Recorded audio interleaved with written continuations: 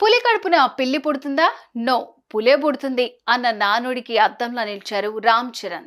The pan India star ఇప్పటికే తన నటనతో అవార్డులు రివార్డులు అందుకున్న ఈ కొనితెల వారి వారసుడు మరో అద్భుతమైన పురస్కారానికి ఎంపికయ్యారు. తెలుగు చలనచిత్ర సీమ ప్రతిష్టను మరోసారి ప్రపంచవ్యాప్తంగా చేయనున్నారు.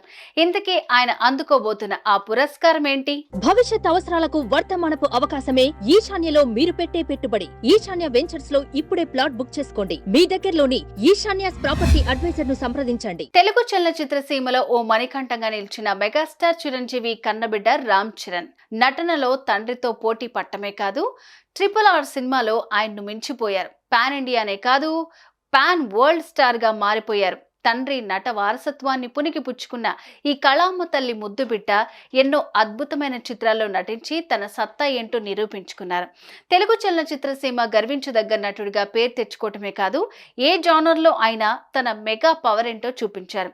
ఆయన ప్రతిభను గుర్తించిన ఓ అంతర్జాతీయ సంస్థ ఈ యువ నటుడిని సమున్నతంగా సత్కరించాలని భావించింది.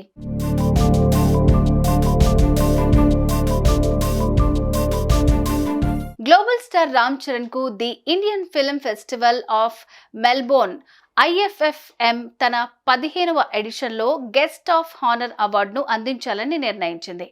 IFFM అనేది ఆస్ట్రేలియాలోని విక్టోరియన్ రాష్ట్ర ప్రభుత్వం ఏటా నిర్వహించే అధికారిక చలనచిత్రోత్సవం. ఈ చిత్రోత్సవంలో అవార్డులను స్వీకరించాల్సిందిగా ఆయనను ఆ సంస్థ సగౌరవంగా ఆహ్వానించింది. ఈ వేడుకలు వచ్చే నెల 15 నుంచి 25వ తేదీ దాకా జరగనున్నాయి.